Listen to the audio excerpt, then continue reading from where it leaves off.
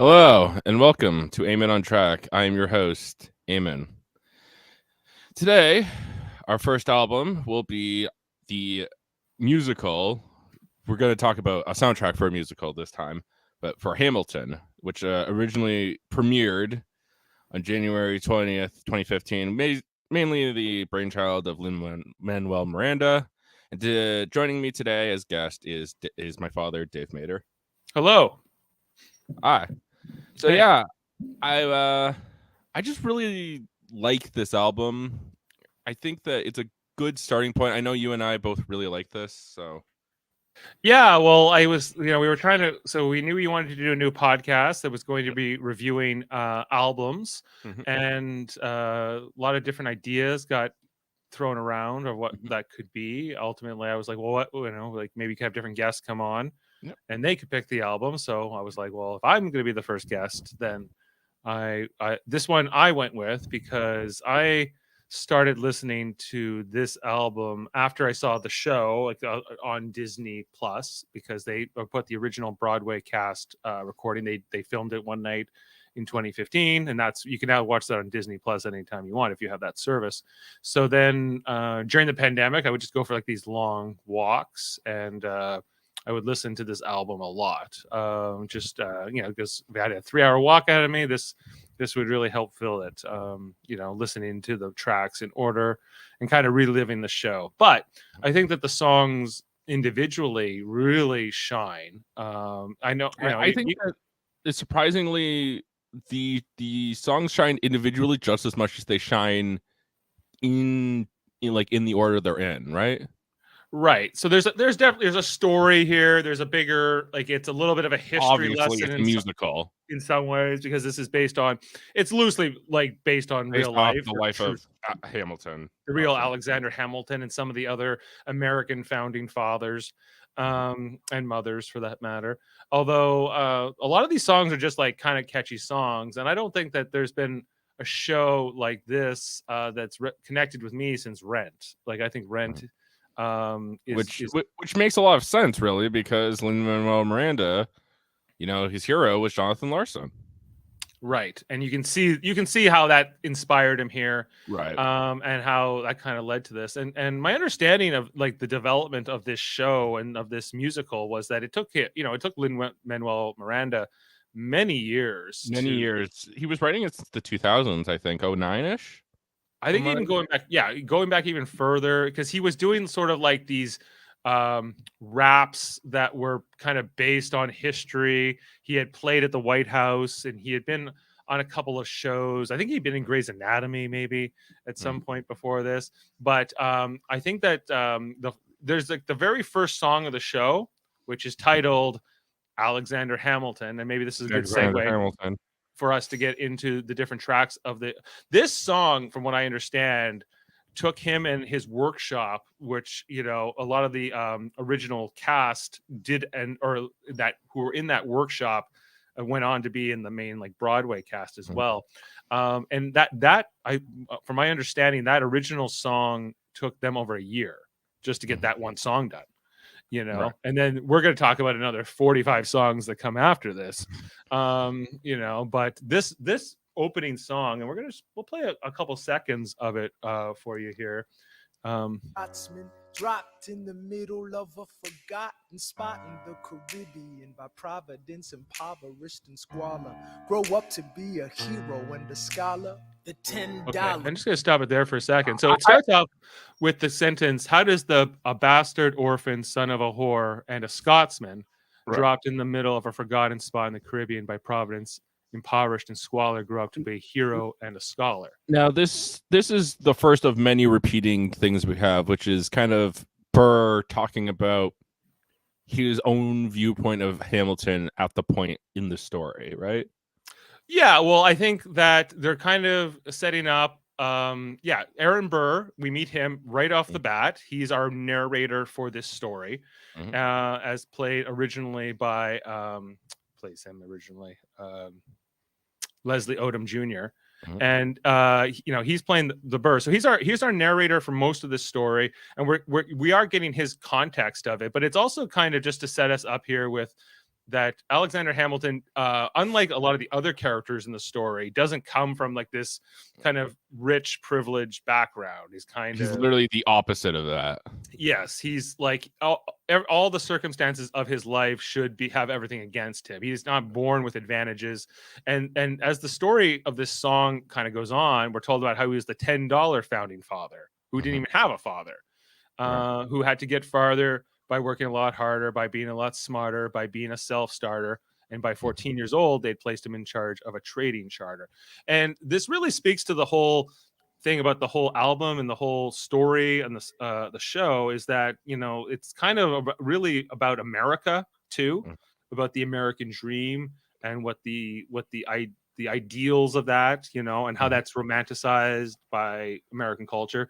I think obviously it's about America because it's about the founding fathers, but more specifically about Alexander Hamilton, you know. And I think that even like this as a premise to people, like I don't think anybody would have ever thought that this would be a compelling thing, because Alexander Hamilton, he was the first Secretary of the Treasury. You know, not exactly sexy stuff, you know. No. He wasn't George Washington, he wasn't the great general, he wasn't John Adams, the great scholar, or Thomas Jefferson, similarly. Well, that's kind of what sparked Lin-Manuel Miranda to make this, right? And they kind of mentioned this in the musical, is that he's the one who's forgotten about compared to everyone else.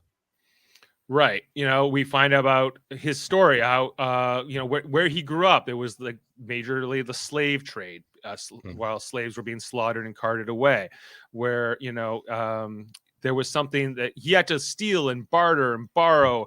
And then it talks about a hurricane hitting his island and destroying it, but how he he applied himself. He went to school. He kept going, getting his studies. He always kind of had the blinders on, and we get a sense of the determination of Alexander Hamilton in the story. You know, this will obviously, you know, permeate throughout the album or the story. Right. And then and from Aaron Burr, we get, well, the word got around, this kid is insane, man. Took up a collection just to send him to the mainland.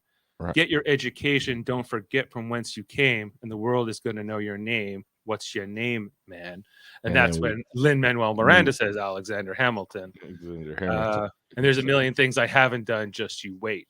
Right. You know, so this song alone, it's the opening of the show. It's the opening of this album. I just listened to it, you know, as I went on for a little walk. I think it's amazing. It's fantastically good. I just like the way that it kind of it does such a good job of like building up this setup for him in like a minute or so. There's so much in this, you know, the fact that like they set up so many riffs that will be carried forth in other songs that come later on, like, and that's part of what I love about this, is that we have so many themes coming through, right?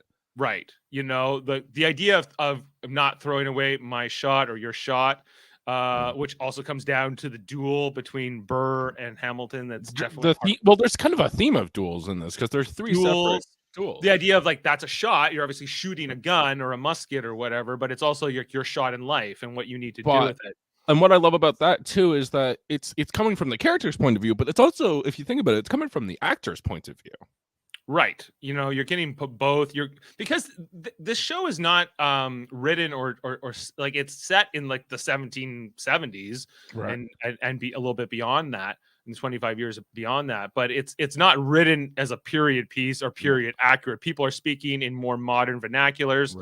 Obviously, like people, Leslie Odom Jr., African American, does not look a lot of black people in this, and Asians and because Lin-Manuel Miranda just made it as like, it doesn't matter what your ethnicity is or your race is. You know, anybody other than the men play men and the women play women mostly. That's really the only kind of structure he has there, and that it's really more about the spirit of it, you know. And I think it's complicated because America does have like this really painful, dark, bloody history, you know, that is built on slavery and built on colonialism and exploitation, but there's also a lot of good in there too, and there's a lot of noble things, and so I think that there's a ton to be celebrated. But I got, just before we move on from this song, Yeah, like the whole thing, like in New York, you can be a new man is kind of really set up. And then at the end of the song, the ship is in the harbor now. See if you can spot him. Another immigrant coming up from the bottom. His enemies destroyed his rep. America forgot him. And then we get to kind of meet, we fought with him. We see the soldiers who are played by, the different characters. Right. Me, I died for him in being Lawrence. Me, I trusted him in George Washington. Me, I loved him in Eliza, his wife. And me, the damn fool that shot him, which is Aaron Burr. Right. And how that regret and how that one moment in their life is really, or both their lives, is going to define each of them, Okay, so second track, Aaron Burr, Sir. We kind of get the meeting between 1776. New York City. Pardon me, are you Aaron Burr, sir? That depends. Who's asking? Oh, sure, sir. So this is where Aaron Burr and Alexander meet. It's immediately obvious they don't think alike. Yes, how different they are. They meet at King's College. How Alexander approaches Aaron Burr because Alexander wants to get through school faster, and he knows that Aaron Burr has gotten through his studies very fast. How did you do that? I was told, he's like, I punched the bursar, and there's all this. But we get to meet this other group of characters who are based on real people, like Hercules Mulligan, John Lawrence, and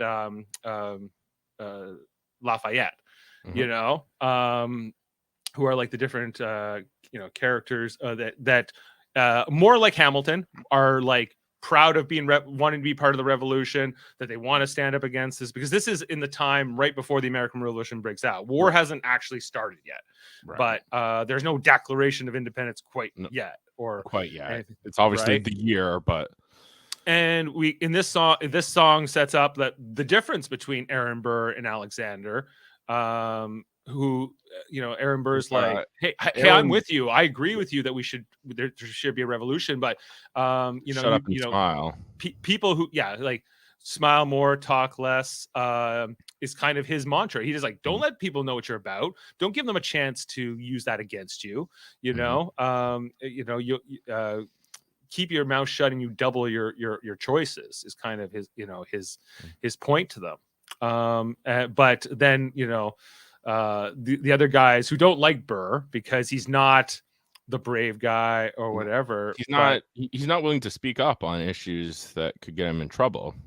Right. But I think that the line in this track that really stands up for, or that kind of really defines it, is what he says to Burr. He says, if you stand for nothing, Burr, then what will you fall for? Right. And I love that. Yeah, exactly. But we see that despite this difference that they have, and the fact that the other guys, Alexander Hamilton's other like male friends that he makes in this scene, in this song, him and Burr still are friends, are right. Like they still like each other, but there's a bit of a disagreement, a rivalry, or a difference of opinion right from the beginning on how they approach life. So that's set up, and then that the Aaron, as when he says that, well, if you stand for nothing, then what will you fall for? And then everyone's like, who's this guy? Who's this guy? What's he gonna do? Who's this guy? What are we gonna do? That leads right into My Shot, which is probably the most famous song from the show. Probably. I am not throwing away my shot. I am not throwing away my shot. Hey, yo, I'm just like my country. I'm young, scrappy, and hungry, and I'm not throwing away my shot. There's another one that comes up. I'm just like my country. I'm poor, scrappy, hungry. Yeah, just like my country. I'm sorry, what is it again? Poor, scrappy, hungry, I think. Just like my country, I'm young, scrappy, and hungry, and I'm not throwing away my shot. But that's which of course leads, to the whole end of the show. The whole end of Alexander Hamilton's story was that he was throwing away his shot. He was shooting in the sky. He's shooting in the air, yeah. But he would not throw away his shot, right. But he would, shoot upwards to kind of his shot in life. This is his shot in life. I'm about to get my scholarship to King's College. I probably shouldn't brag, but dag, I amaze and astonish, which is something his son will say later on in the show in another song. And when I first heard of Lin-Manuel Miranda, he was hosting Saturday Night Live, and I was like, "Who is this?" Like I hadn't even heard of the show Hamilton yet at that point. Yep. And he performed this song on Saturday Night Live as sort of part of his monologue. And I always thought it was I was like, wow, like, okay, I don't know what that was about. I don't know what that song was, but that was you're interested. I was interested. It got me at least to kind of go, okay. That I never heard a song like that, quite like it's a rap song, but it's about, I don't know, colonial America. I love how kind of this album mixes rap and, you know, traditional musical themes, right? I guess. Yeah, it's kind of got it keeps going between like rap, hip hop, sort of more urban type, even rap battles and things like that. But then it's also very much a musical that has a lot of like traditional musical numbers and sort of like that, and it kind of musically really has a lot of that. This song being, I'd say, more of you know, like throwing down. This is what I'm about. And this song's also about his allies. Yeah, like you know, like there's some verses here from like the other guys, like Lafayette. You know, he dreams. You know, we get to understand what he's about. The unrest in France, because France would go on to have their own French Revolution after the American which Revolution. becomes a theme of this. You know, a lot later. Yeah, and I think that this is something too, like this kind of deep connection with the French that I think sometimes in America is forgotten, but a lot of the United States does owe its creation or its independence at least to France. And then America would help France later, but you know, but then after the king was killed, and that comes up in the show too, right? Yeah. You know, where Hamilton's like, well, what do we do? Like, we signed a treaty with a king who's dead now, so what does it matter? And that's why Jefferson gets all down on Hamilton. He's like, do you not have your honor? Do you not, you know, Lafayette, who helped us when we needed him? But I think Hamilton makes a good point, which is we're just not in the position to help. Right. Well, I think it's the reality of the politics and things like that. And it also speaks to the history of it, because after the war, there were Americans who were pro-France and there were Americans that were pro-England. And actually, Alexander Hamilton was on the side that was pro-England. You know, he was more he favored the United States having more favorable relations with the British Empire. That's interesting. You know, we see that Angelica Schuyler, the sister of Eliza, goes on to marry a guy from England. That's right. And so the Federalists were more, the party that Alexander was part of was more friendly to England, whereas the Democratic Republicans, which eventually just became the Republicans as we know them, they were more favorable to France in the beginning. Right. So yeah, so I like this song, really good. It's not my favorite song in the show, but it's always a really powerful one. It really sets up. Like, I think it sets up. Yeah, it's the setup point, really. And how the song ends, like we're going to rise up. You know, another time theme to that take a comes shot. back. You know, and that we're seizing the moment, seize the day. You know, the next song, "The Story of Tonight," which is a song, a bit of a slower song. Yeah. Raise a glass. I may not live to see our glory. I may not live to see our glory. But I will gladly join the fight. But I will gladly join the fight. And when our children tell our story. And when our children tell our story. They'll tell the story of tonight. Yeah. So raise a glass to freedom. I just really like the way that this kind of sets up. They're willing to die for their country, but I also like that it sets up, you know, obviously when we get the reprise of this, when what's his name dies, when Lawrence dies later on. When Lawrence dies, yeah, kind of, yeah, pretty much goes into that. Well, it's there's two reprises. There's the one, and then there's the one where Lawrence dies later. But yeah, this song is all about like that they're young.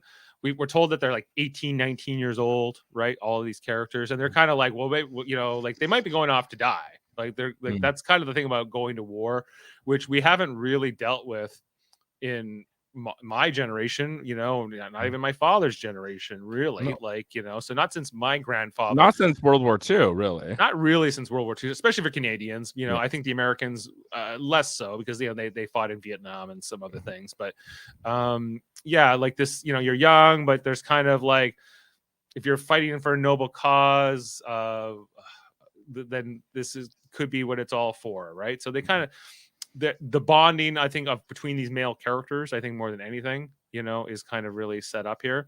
And it's really charming, really, honestly. Yeah, no, I like this. Interactions, the camaraderie, know. I would have just good. Here's a comment from Davan from our sister show on the United Federation podcast, the X-Men, the animated review show. He says, looking forward to this podcast. Excellent first choice. Hey, want to have a discussion about the American dream? I would be happy to, Davan. It's the ideals of it, the pursuit of it, and the reality of it, I think are all very different points, but very much so. But I don't know. I tend, even though I see like as a Canadian, I see like sort of like the romanticized doctrine of the American story, the story, the dream, the legend of how their country came to be, which is also just kind of, it's not completely accurate, or at least it's more it takes nuanced. Its liberties. It's not as I think a lot of Americans just like pedantically look at it as like, well, we were oppressed by a king, and then we overthrew the king and we invented democracy and we invented freedom forever. It's not really quite that simple. It's not quite. I mean, the oppression was more just taxing, which they go over. Yeah, it was about taxes. It was about money. It was about control. It was about why should we listen to some, it was this person who's just taxing us to death, making us poor, all that. They were taxing them because there had already been the French Indian War, but years before that, and there were there's a lot of things that like it's not as simple as that narrative, but it's not that either. It's like it's just more of a simplified version that you can tell kids. But, exactly. But this show tries to put more history into things, while still very much being loving America, loving this legend, loving the story of Alexander Hamilton. I don't think there's anything wrong with that. I think it's just, you have to kind of take it with a grain of salt in some senses. The next song is called The Schuyler Sisters, which is a really energetic song. There's nothing rich folks love more than going downtown and slumming it with the poor. They pull up in their carriages and gawk at the students in the common just to watch them talk. Take Philip Schuyler, the man is loaded. Uh-oh, but little does he know that his daughters, Peggy, Angelica, Eliza, sneak into the city just to watch all the guys. Angelica, Eliza, and Peggy. The Schuyler sisters. Angelica, Peggy, Eliza. So I like that. Because Peggy's not going to be important to the rest of this play, they kind of play her off as a joke, and Peggy. Peggy, Peggy. Just the abruptness of it. It's funny, because and the woman whoever plays Peggy goes on to play the mistress later on in the show. Oh, okay. No matter what, like, so there are certain roles like Lafayette's role. Whoever plays Lafayette will always play Thomas Jefferson in the second act. Okay. Or whatever, and whoever plays Hercules Mulligan will play Madison in the second act, and whoever plays Lawrence will play his son. I guess I never thought about that, but yeah, you're right. Madison is Hercules. It's the same guy, right? Yeah, and I didn't even think about it until you pointed it out. Yeah, so instead of having just a new actor come in to play those roles, they're like, well, because your character doesn't really continue into the second part of the story, you might as well play the second character. But there are a few characters like Hamilton himself, like Burr, like Eliza and Angelica, who are just consistent throughout. Right. So and so like when I was first watching this, I was like, I didn't know which woman was sort of meant to marry Alexander Hamilton. I didn't know any of that. I'm just meeting these sisters. They do this incredible number with this amazing harmony between the three of them. And I think this is the first time that we really see one of the coolest parts of the play, at least the version they had on Broadway, which was the spinning little. Yeah. So if you watch like the actual live version, like the stage version, they have on Broadway. They have this amazing spinning stage with these different sections, and that the girls really do use in like sort of the choreography of the dance, with all that going on around them too. This is also setting up that Aaron Burr's introducing us to them, that there are these couple of there are a couple of rich girls, like their father's loaded. Take Philip Schuyler, the man is loaded. When now they're sneaking into the city to watch all the guys that work, and that's kind of like the riff of the song.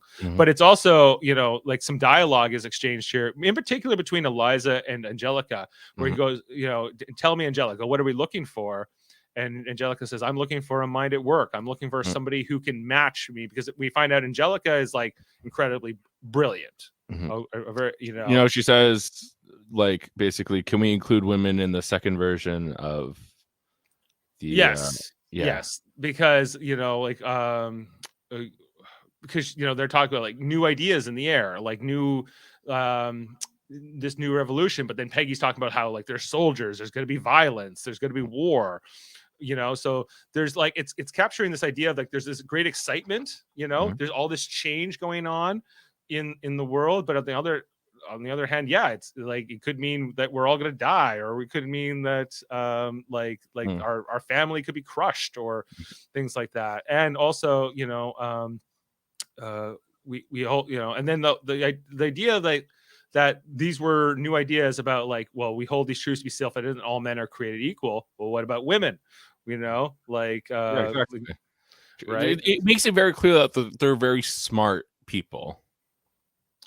They're very smart people. But it's also capturing the time, like the excitement of that generation at that time. Right. Who's going to war? Who's going to revolution? What did that mean? But also, the idea of this is the one time in our lives where we're going to be able to decide the rules of the new generation, almost. Right. Well, they're actively taking part in history. And that's one of my favorite lines in this track is history is happening in Manhattan right now. We just happen to be in the greatest city in the world, city in the world. What an amazing time to be alive. And I feel like every time I hear this song, I'm just like, I feel like that's captured. You get the story of it, but it's also just like kind of this anthem that I think would always ring true in New York City, like it's the greatest city in the world, people at work, people like knew it's always at even back then they knew that New York was going to be New York. Yeah, like I don't know. Yes, they did. But maybe not I don't know if they could envision what it would become exactly, but they understood that it was going to be where all this important stuff happens. Yeah, well, it definitely was. It was definitely very much at the center of that revolution, and so that all gets set up here. But there's also like there's some stuff in here with Burr where we're finding out that the Schuyler sisters know Aaron Burr, and he's like, I'm a trust fund baby, you can trust me, and he's just hitting on them basically. He's hitting on them, but he's making fun of them, talking about how, oh, look at you rich kids, you love to come down here to the slums and hang out with all the poor kids and act like you're looking for an urchin that will give you ideals, and kind of pointing at the hypocrisy of how wealthy and privileged people sometimes do that, or do latch on to the wanting to be bohemian in a sense, right? So love this track. It's like it definitely was. It's one of like my favorite to just get like this energy into the show and gets these women characters introduced in a really fun way. And then we have Angelica and Eliza again. I want to talk about is another recurring theme. There are so many recurring themes in the show, and this is just like the fourth one. This is the fifth song of the show. Angelica, Eliza. Angelica, Eliza, and like and musically that their names will keep being brought back from this one. Less so Peggy. This is kind of Peggy's only real song. No, I don't think she even appears after this point. No, she's not significant, but But but I think if it was just Angelica and Eliza, the song wouldn't work as well. Wouldn't work. It's this show is surprisingly comedic for what it is. Everything's legal in New Jersey. Yeah, everything's legal in New Jersey, which is, I think, because I think New Jersey had legalized pot before New York did, or whatever. Yeah. So, the next song, "Farmer Refuted," is an interesting one. It's about this British guy who's like, I'm loyal to the king. Hear ye, Bury, and I present free thoughts on the proceedings of the Continental Congress. Heed not the rebel who screams revolution. They have not your interest at heart. God, tear this dude apart. Chaos and bloodshed are not a solution. So it's like this guy. I who love I how think is, punchable this holier than thou asshole is. What's interesting about this is that I think for me is because this character, this Samuel Seabury, who's like, I'm not against, I don't want to go to war with the king, and I don't want this revolution. And that he represents not just like, I think it's not sometimes just him. There was a good amount of people who wanted that, a lot of people who didn't want war, didn't want any kind of conflict, didn't want to break with Britain at all. And Canada is largely filled up with people who were already here or were already who fled what's now the United States and came up here because they wanted to be loyal to the British Empire. So in some ways, this guy kind of represents our ancestors or other loyalists from. Even though we would end up breaking away too at some point. Well, but in a very different fashion. In a very different fashion. I know that, but yeah. Yeah, Canada. Eventually, Britain just got tired of us, and we're like, whatever, go, and so we got responsible government. Whereas in with the United States, they did it by force. They did it by war, by revolution. And I just don't think we had the required the peril that the America was in, though. Canada. Well, I think it's all relative. Like, I think that there were Nova Scotia, was very close to becoming one of the 14 colonies. They would have been the 14th colony to break away and become part of the. And if that they were the only reason that really didn't happen was because their port was a little closer to the British Canada. Navy, and they couldn't. That didn't happen, but. It wouldn't have taken much for history to go differently, and Nova Scotia, and therefore you and I and anybody else from Nova Scotia we would be American. We'd be Americans. We wouldn't be. History would have been different. We wouldn't even know this, but it's. I think the Samuel Seabury is kind of thing, but then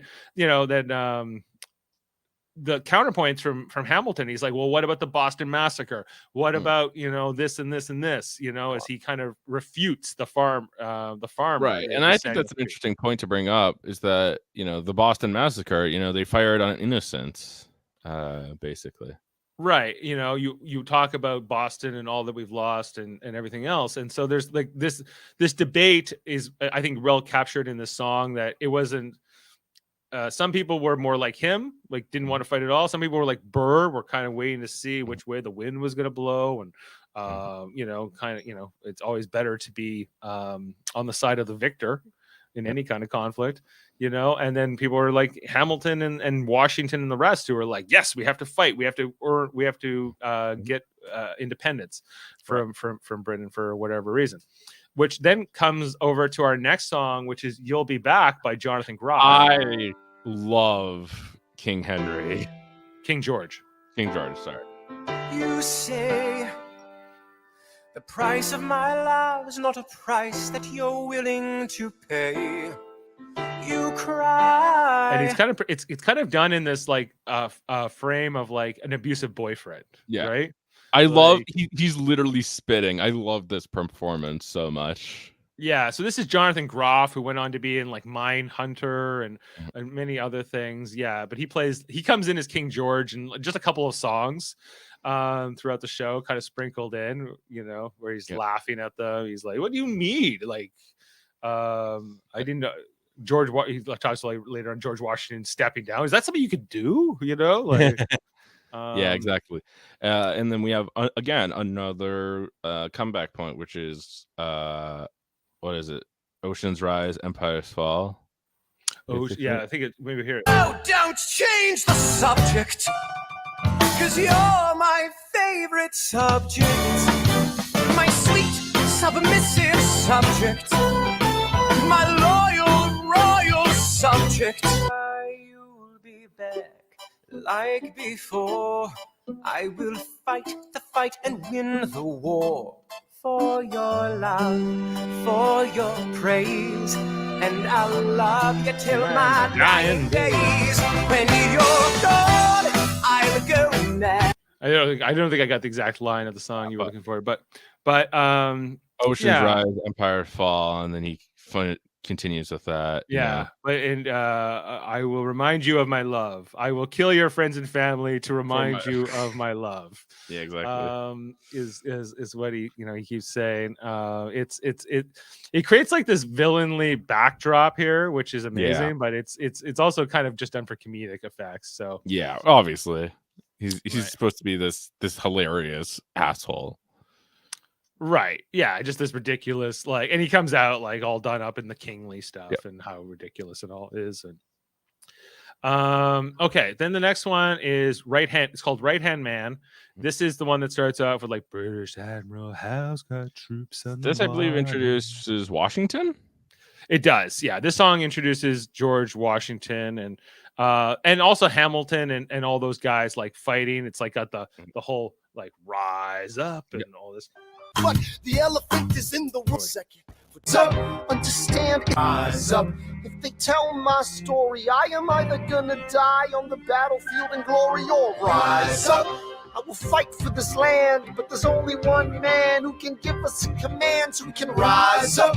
Understand it's the only way to rise up. Rise up. Here he comes. Here comes the general. Ladies and gentlemen, Here comes the general. the moment you've been waiting for. Here comes the general. The pride of Mount Vernon. Here comes the general. George Washington.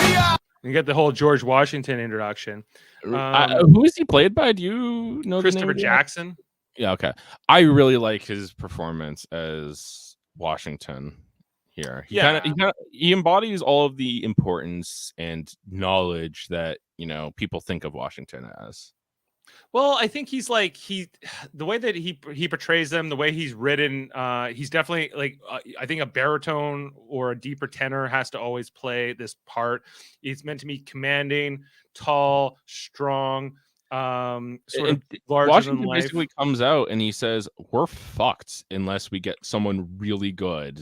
I need someone who can." Well, the song goes on to explain that like that they are sort of have their backs against the wall, like they're retreating, and that they're not winning the war. They're having to retreat.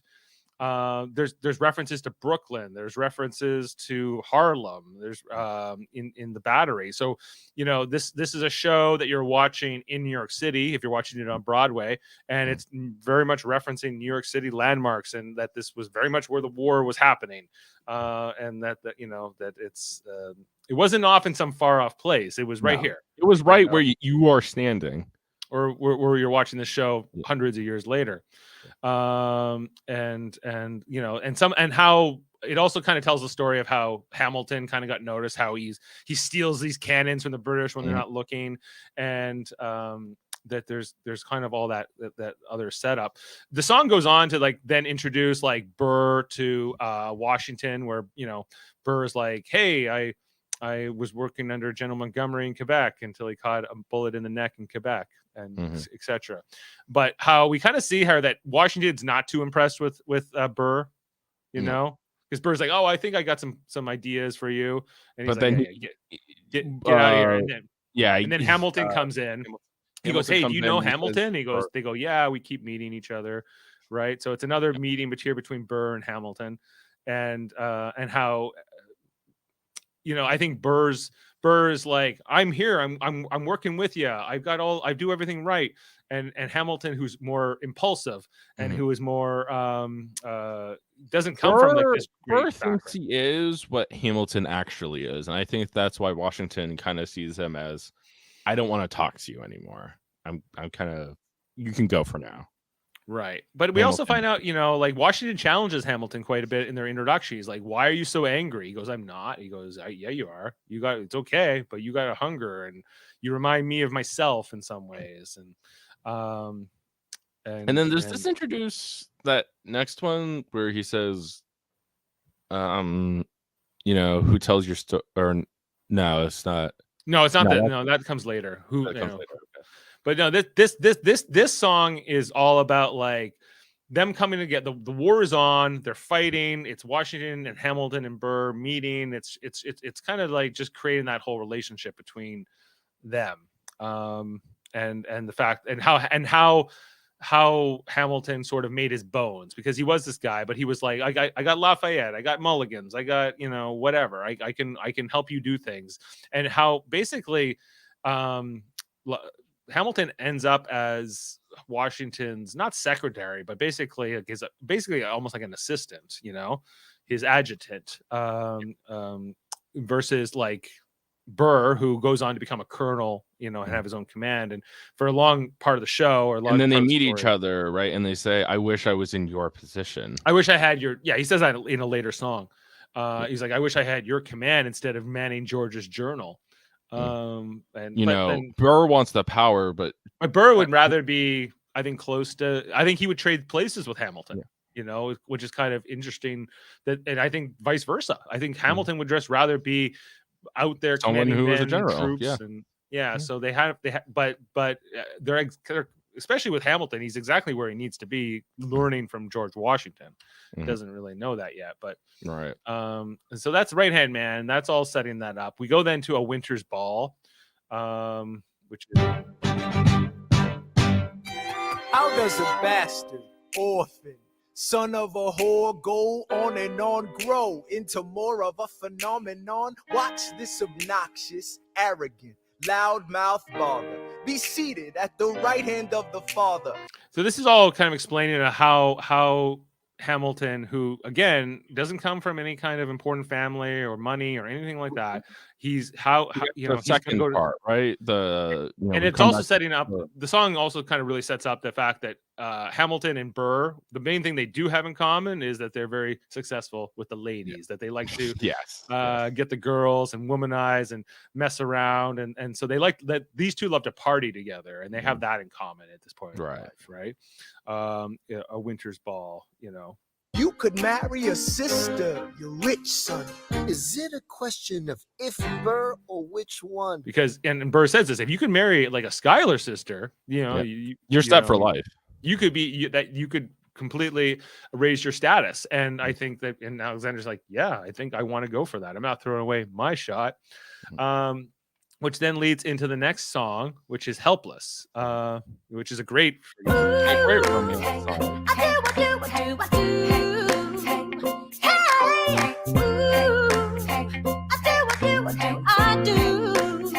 And I got this is a fantastic song in its own right. I listen to this song all the time. I really like the way it portrays romance. I think it does a great job of that. Yeah, well, this song is all about the Schuyler sisters, more so about how Eliza's very taken with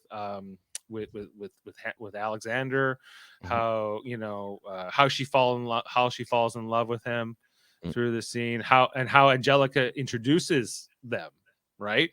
Which will then we get that kind of brought back up in Satisfied, which is the next song, which is all from Angelica's point of view, how she would have rather married Alexander, and how she was in love with him, but she also saw that her sister was maybe a better match, and she really loved him. And that's she kind of is honorable enough to make it happen, right? This song is like it goes from like this love story to him eventually proposing, and then them having the wedding itself, and the wedding march plays, and then it says, in New York you can be a new man, coming back to that same theme, which is how the song ends. This song is amazingly good. But it's maybe even better because the next song is Satisfied, which is the actual wedding reception. The same thing. It's the same thing, but it's different. It starts off with the toast from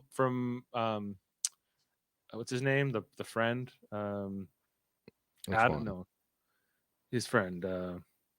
John Adams? No. All right, John all Lawrence, sorry. right. That's what I'm talking about.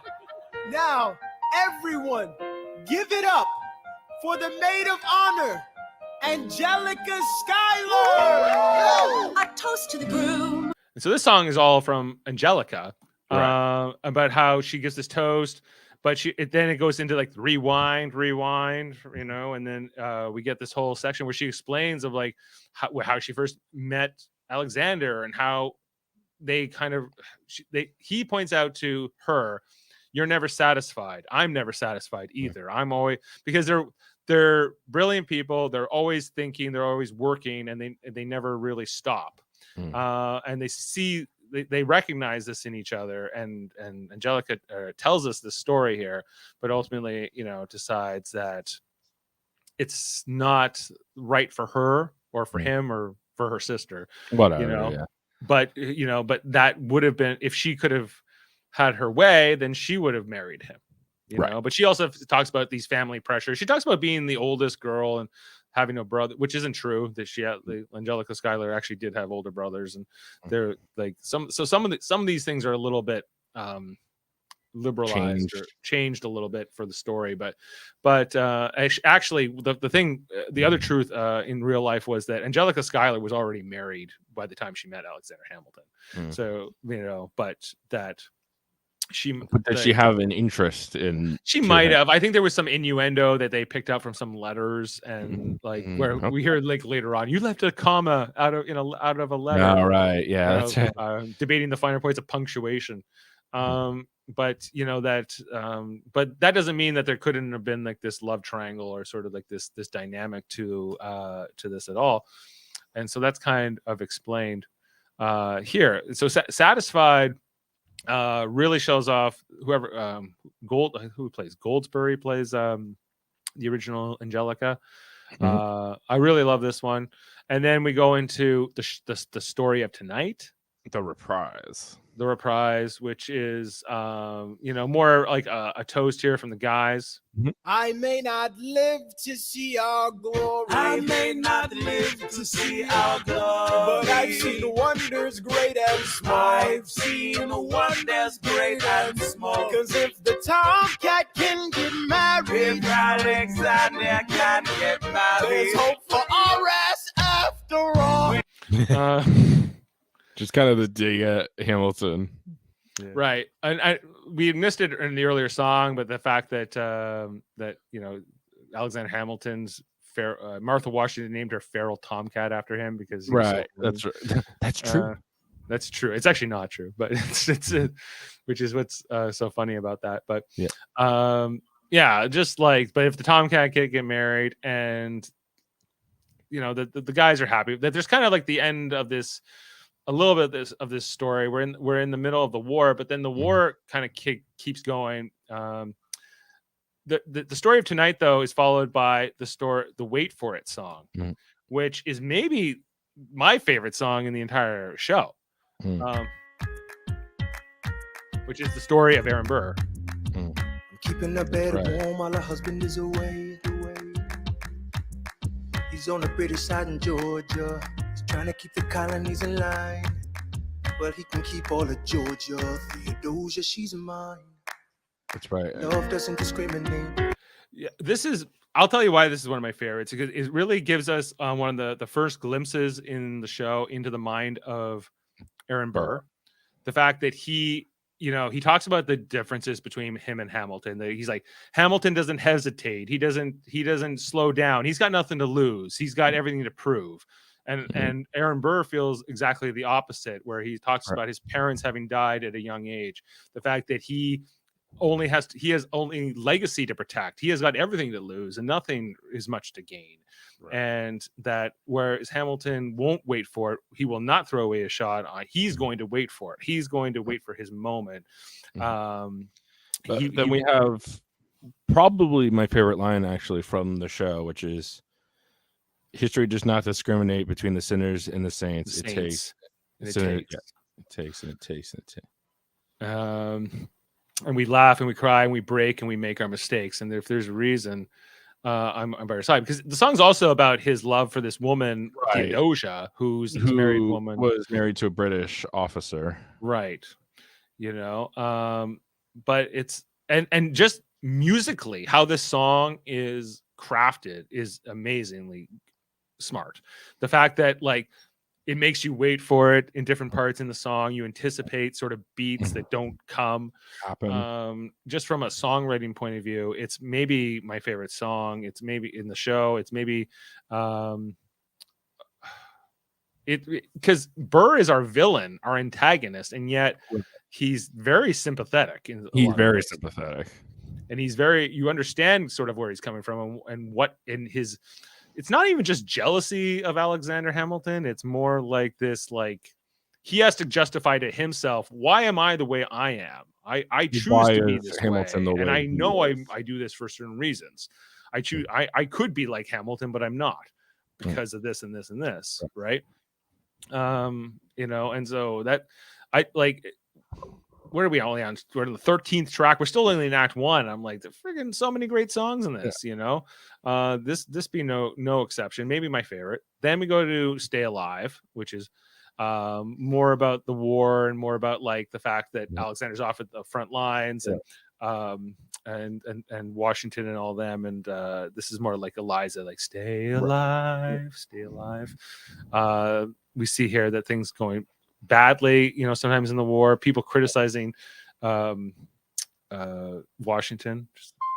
Don't engage, strike by night. All right, and this is also about the people insulting Washington. Everyone was like saying like, well, Washington is not the good general, and there's kind of infighting amongst the American rebels during this, and Washington's like, don't worry about it. Don't, to Hamilton and the rest, don't worry about whatever they say about me. It doesn't really matter. But Lawrence and Hamilton are like, no, we're not putting up with this shit. And then we get the 10 dual commandments, which is the first pistol duel. It's the 10 dual commandments. Number 1. So who's this between again? So it's between Lauren in the show. It's between Lawrence and this other guy who criticized Washington, General Lee. Right, that's right. Right, but it's also because ultimately the story of Alexander Hamilton ends in a duel. It's also really setting up how do duels work. What are the rules of duels? Why are they what they are? This also comes up again for Hamilton's son, who also dies in a duel. Right. Like number 1, you meet the challenge demands satisfaction. If they apologize, no need for further action. Yeah, exactly. Number 2, if they don't, grab a friend. That's your second. Your lieutenant when there's reckoning to be reckoned. Number 3, which is basically the person who decides who won. No, you get a buddy. Everybody, 2 guys got a beef. Each guy gets a buddy, and then you send in your seconds and see if they can negotiate a peace. Right. So in the show, Lee's second is Burr, but that's not really what happens. That's not really what. But of course, it helps for the sake of. It helps for the sake of this story, right? And that the Burr would be helping out Lee here, and so and he's. They try to negotiate, and then Hamilton's like, "No, your guys insulted George Washington and said that everything's going." And how many guys died because of Lee? And so they're like, "Okay, we're doing this." Right. Leave a note. Tell them where you've been. Pray that heaven hell lets you in. Yeah. 7. Confess your sins. Ready for the moment of adrenaline when you finally face your opponent. And so the seconds go in, and then finally. When it's done, look him in the eye, aim no higher, summon all the courage you require, and then you count 1, 2, 3, 4, 5, 6, 7, 8, 9, number 10 paces, boom, and that's the end of the song. And it's just it's I think even though it's set in a time, even though duels aren't really commonplace today, there's definitely like gang violence, street violence, things that are definitely part of even hip hop rap culture, things that get put into a lot of songs that I think they're kind of tying this back to, and how men in particular need to pound their chest and sometimes, go kill each other to prove that what they're a man. right? Yeah, that's So interesting. Yeah. then we get "Meet Me Inside" next, which is the song where George It's the Washington first basically, time that, you know, Hamilton really gets in trouble with right? Which, With me, but believe me, these young men don't speak for me. Thank you for your service. Let's ride. Hamilton, sir, meet me inside. meet him inside. And you know, this is where Washington's like, you know, you're not helping matters. You know, I think because like there's also this juxtaposition that, you know, that Lee's a Southerner, right? Lee is probably a slave owner. You which know, of course Washington also was. Washington also won too, yes, but Which he the brings fact- up, he's like, I'm also from Virginia, boy. yeah, he says that, you know, and how Washington Lawrence don't like these guys, but he's like, hey, listen, like I'm there from there too, man. I'm a Southerner, and Washington points out like we need them. You know, we need the Southerners. We have to be together as a people if we're going to fight the British. If we're fighting each other, this is no good. And ultimately, at the end of the song, he will send Hamilton home. You know, and he says, "Get out of here." You know, that's an order from your commander, which will come back. Which will come back a couple times in the show.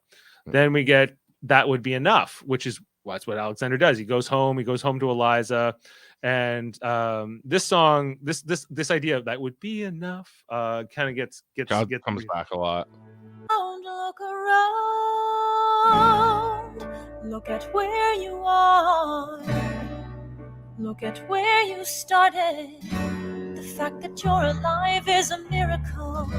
Just stay alive, that would be enough. Just stay alive, that would be enough. Forget, like, you don't need a legacy, you don't need to prove anything to the world. You really, at the end of the day, we're having a baby. This is where you should be focusing, you know, like and that's all I want from you. I don't need you to be this big successful whatever. You know, I just need you. That would be enough if you just loved me and loved the family and appreciated that you're alive and that you have things, which I think does resonate with him in you know, and he does accept a lot of that. But on the other hand, he can't help but who he is. How driven I he just is. think it's very interesting. It's like Hamilton is kind of the person who would rather almost sacrifice his family and being with them over Right. Yes. Well, yeah, you're right. And then he does make these choices. You know, this song, "That Would Be Enough," is kind of riffed on later on, right before he goes to the duel with Aaron Burr, you know. Right. Best of wives and best of women, you know, and they kind of say that would be enough, you know, and that's kind of their little thing that they say to each other, where it's just like, you know, forget all that, forget all that noise and distraction. At the end of the day, we don't need all that. That's not the most important thing. But he doesn't always hear that lesson. That's kind of one of his other character flaws. But really like that one. Then we get "Guns and Ships," which brings us back to the Revolution, brings us back to the war. This is more about Lafayette. You know, this is kind of his song where he's like, "I'm everyone's confusing the British henchmen. Everyone give it up to America's favorite fighting Frenchman." Right. It's about all of his friends really and what they are doing on the war front. How do we emerge? Weapon, an immigrant, you know and love who's unafraid to step in. He's constantly confusing, confounding the British henchmen. Everyone give it up for America's favorite fighting Frenchman. I'm taking this horse by the reins, making red coats weather with blood stains. And I'm never gonna stop until I make them drop, burn them up and scatter the remains down. Watch me engaging them, escaping them, and rating them out. I go to France for more fun. I come back with more guns and ships. and so the balance shifts. But throughout the rest of the song, I will say that the rapping in this album is so good that it makes you disappointed, at least for me, who knows about it, is disappointed in modern rap because it could be this good. You know, it's really good. David Diggs plays Lafayette, he plays Jefferson later on in the show. You know, he's a great actor. He's in Star Trek now. He's one of the voices on Star Trek Prodigy. and so I don't know. I'm a big fan of his. He's also been on the show Snowpiercer, the Netflix version of it. And he does some amazing vocal work in this with this character, with these lyrics in a French accent, no less. She's not French, right? But also it bringing back the fact that the song is also about Lafayette, saying like, hey, if we're going to win this, we're going to need Hamilton back. We need Hamilton. He's your right hand man. You need your right hand man back. And he, and so he's like, he knows. And so this is about how Washington will kind of forgive Hamilton, recall him, and bring him back. Right. Which brings us to the next song, History Has Its Eyes on You, where this is where what I was talking about earlier. Yeah.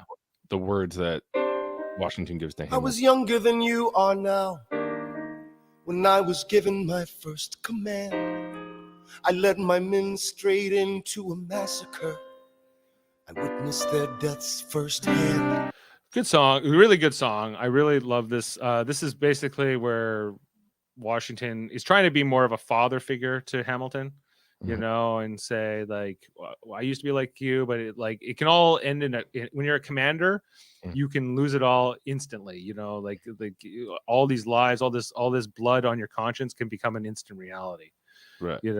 But history has its eyes on you. We're living history. They knew that at least. And then that's really kind of what it's about. When I was young and dreamed of glory, you have no control. Who lives, who dies, who tells your story? That's probably my other favorite line from that. You glory, you have no control. Who lives, who dies, who tells your story? And that's kind of how the show ends, is that, and it's also the story. It's the story of Alexander Hamilton, but it's also the story of Aaron Burr, because it's also like he can be looked at as history's the history's great villains, but it's all about perspective too. Exactly. Well, that's one of the most iconic things. People like one of the most iconic lines is history is written by the winners. Right. And which is a good segue to the next track, which is the Battle of Yorktown. Yorktown, the world turned upside down, which is kind of when they really defeat the British. This song is all about them winning the war, at the Battle of Yorktown.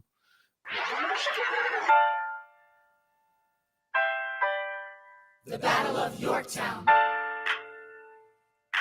1781.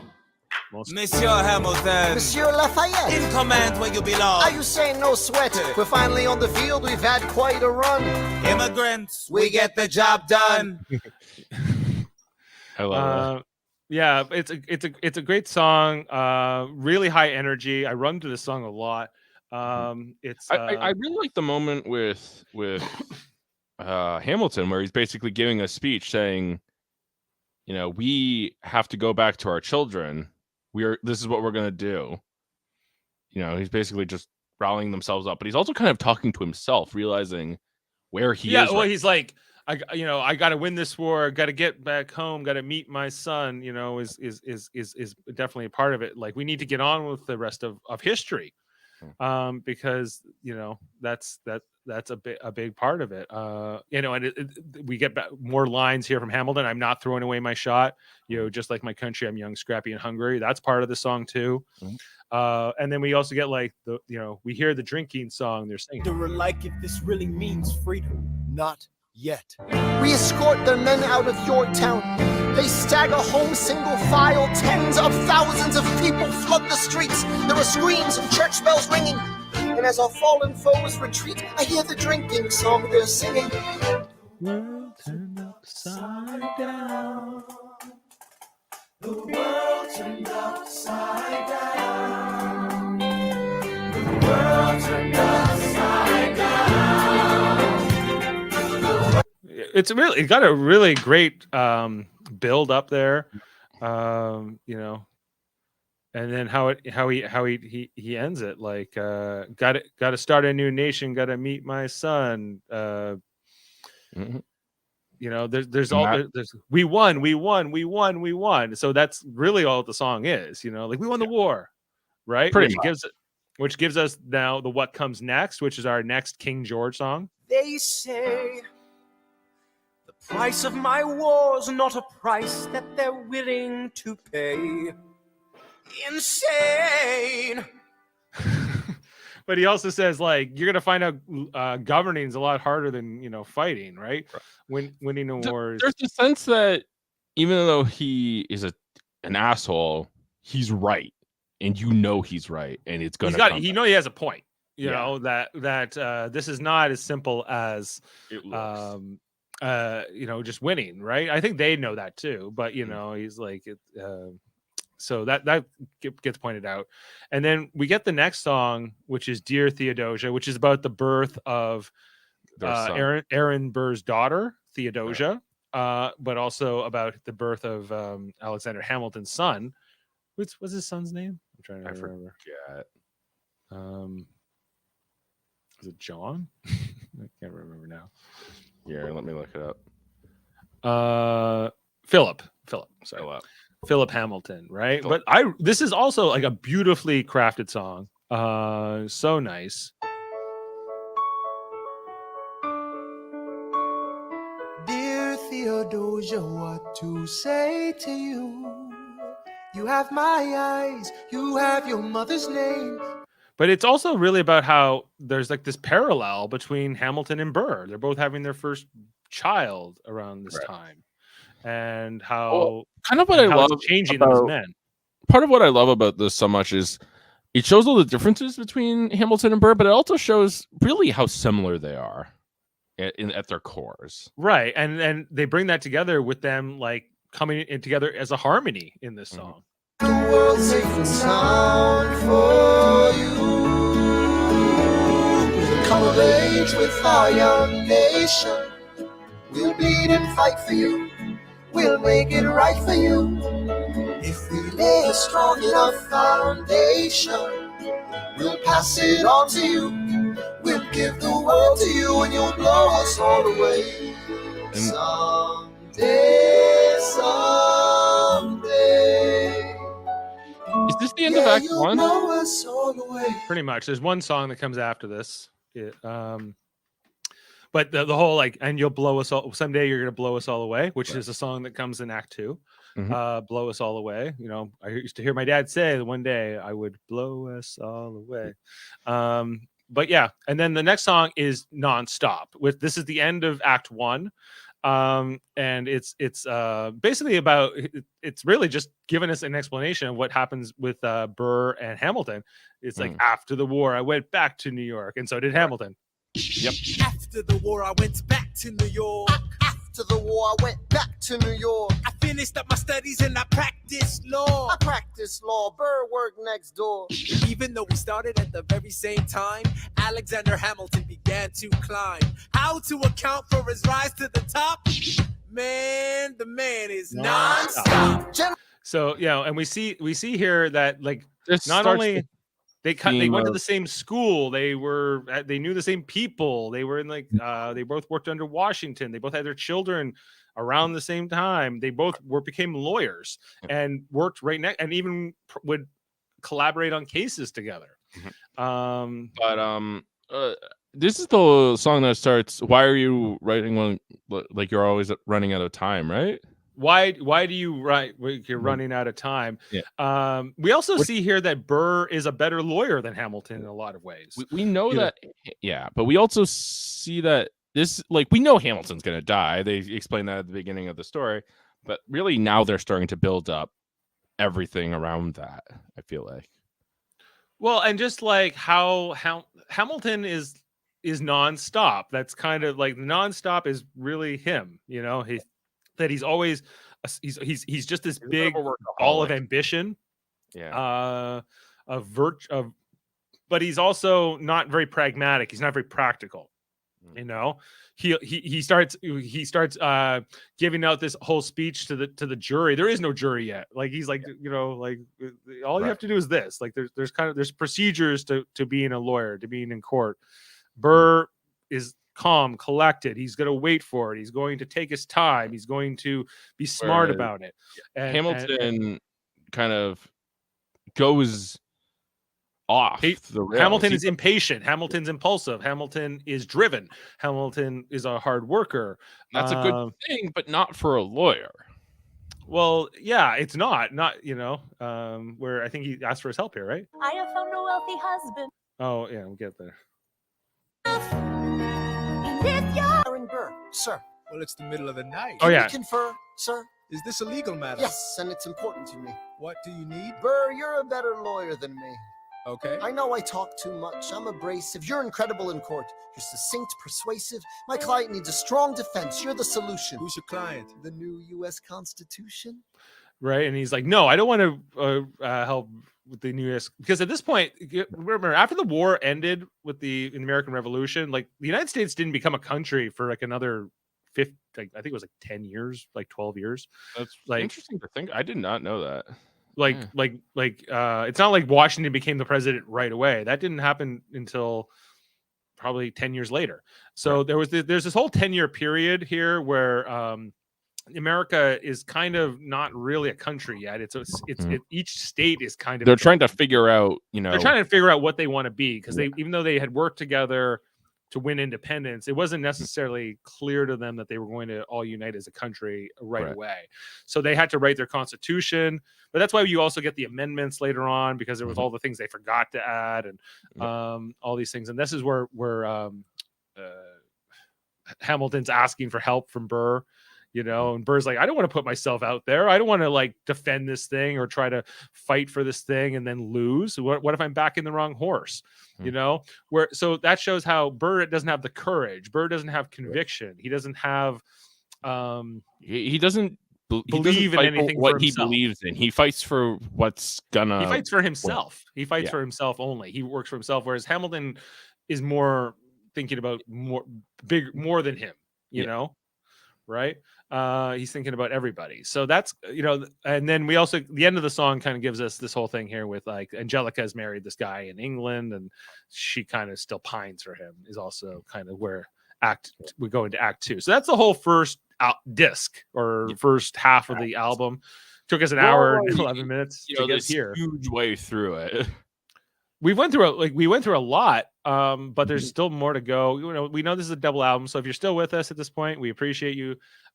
Jumping into the second half here of the Hamilton a musical. So we're into Act 2. We'll try to get through this as succinctly as we can. Which What takes did us. I miss? What did I miss? Yeah, we can introduce it. 17. 1789. How does the bastard, orphan, immigrant, decorated war vet unite the colonies through more debt? Fight the other founding fathers till he has to forfeit. Have it all, lose it all. You ready for more yet? Treasury Secretary, Washington's the president. Every American experiment sets a precedent. Not so fast, someone came along to resist him. Pissed him off until we had a two-party system. Which this is all about the introduction of Thomas Jefferson. What did I miss? You haven't met him yet. You haven't had the chance because he's been kicking ass as the ambassador to France. Right. And we get this Thomas Jefferson introduction, who is played by David Diggs, just like he played Lafayette in the first half, but he plays this character very differently. Very fun. Thomas Jefferson's coming home, Lord. He's been off in Paris for so long. Then the world still spins. I helped Lafayette draft a declaration. Then I said I gotta go. I gotta be in Monticello. Now the work at home begins. So what did I miss? Which is, I love this. It's a really fun number. Yeah. What did I miss? And then he's setting up here. Thomas Jefferson will be the great antagonist, even more so in some ways than Aaron Burr to Hamilton. He's definitely set up as more villainous. Yeah, and I think that they tried, much like all these characters, that they were all imperfect people. Like Thomas Jefferson, definitely a slave owner, definitely was guilty of many things, but also was one of the great intellectuals of his time. Was revered by. I wish I wish people considered that more. Is that we think of a person doing something bad and we only think of that, but we also need to think about the good things they did as well. We need to think of. Well, I think that, and we see here that Thomas Jefferson, kind of a good guy, but also kind of a bad guy, kind of a jerk, kind of him. We see how him, Madison, but him and Madison, but. It depends if you want to look at it but if you looked at it from their perspective, you might look at Hamilton as a villain, because Hamilton was trying to do Hamilton was more friendly with England, because again, is explaining Hamilton and the Federalists, which was Hamilton and John Adams and a few other people, they were more friendly towards England. They wanted to keep more ties to England. And whereas Jefferson and the rest of them, they were more pro France. They were like, we're not going to be working with England. We're not going to be doing this nonsense with them anymore. It all had to do with their financial systems and how they wanted more decentralization of federal power. It's kind of the same argument. Next part, actually. Yeah. Which brings us into our cabinet battle number 1. Entertainingly enough, I really love the idea of it taking the form of a rap battle. Well, it's a lot of fun. What's interesting too, because before George Washington, during his first term, there weren't really political parties yet. There are political parties are going to form kind of because of this divide initially between Hamilton and Jefferson, more than anything. But at the time, Jefferson and Hamilton were both working under the same president, Washington, right? Where with Hamilton as the Treasury Secretary. And what I thought was really interesting too is that the person who lost the presidency for the first few lost the race. He became no one ran against Washington. Yeah, no, I know that, but in the next one. Is that the loser would become VP? Oh, the runner-up is the vice president. Yeah, which is not how it works anymore. No, that they changed. They say that right in the show, right? That because, but you gotta remember, campaigning wasn't a thing yet. Aaron Burr in the show, it's kind of shown that Aaron Burr invented the idea of going door to door and campaigning, but that was considered to be not tasteful. That was considered to be that's not what a true leader wouldn't need to go around convincing people to vote for him. People would just vote for him, right? Because he's the best. Everyone would know that, or most people would know that. He wouldn't have to tell anybody that. That wouldn't be. Obviously, we think that's a little silly nowadays, but of course now. But at the time, they were looking at I know. It's kind of kind of a shifty, kind of a that would be being a sleazy move, right? And so then that's why Thomas Jefferson's why would I want you to be my vice president when you were already campaigning against me? Right. That's not what when they designed the system of the runner-up becomes vice president, they weren't thinking of campaigning yet. There wasn't it. So once it becomes a thing, but we're kind of getting ahead of ourselves. The whole rap battle here. Ladies and gentlemen, you could have been anywhere in the world tonight, but you're here with us in New York City. Where George Washington is the rap master, the battle master. Mediator. Yeah. Some really good stuff. The shoe fits wear it. If New York's in debt, why should Virginia bear it? Our debts are paid, I'm afraid. Don't tax the South, because we got it made in the shade. In Virginia, we plant seeds in the ground. We create. You just want to move our money around. This financial plan is an outrageous demand, and it's too many damn pages for any man to understand. Stand with me in the land of the free. Pray to God we never see Hamilton's candidacy. Look, when Britain taxed our tea, we got frisky. Imagine what gonna happen when you try to tax our whiskey. I really love Hamilton's verse because he really rips into Jefferson. Oh yeah, he's well, we all know who's doing the planting, Yeah. Would you like to join us or stay mellow doing whatever the hell it is you do in Monticello? If we assume the debts the union gets, a new line of credit, a financial diuretic, how do you not get it? If we're aggressive and competitive, the union gets a boost, you'd rather give it a sedative? A civics lesson from a slaver, hey neighbor, your debts are paid because you don't pay for labor. We plant seeds in the South, we create, they keep ranting. We know who's really doing the planting.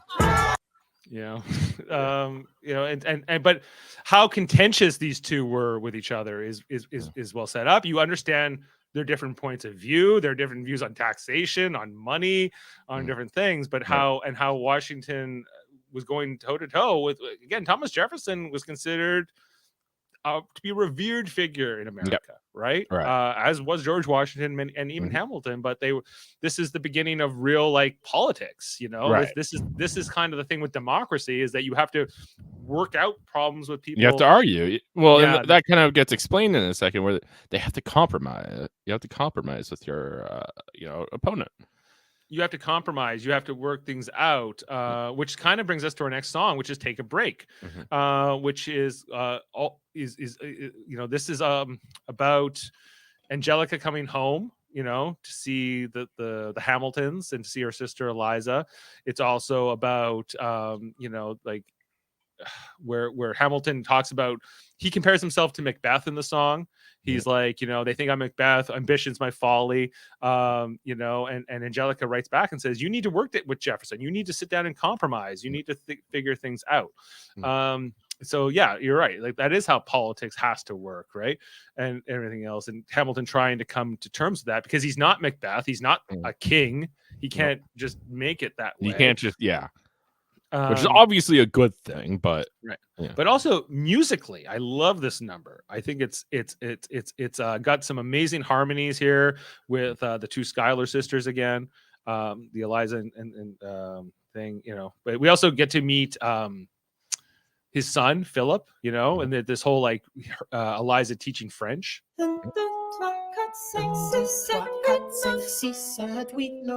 Of course, this would come back. One,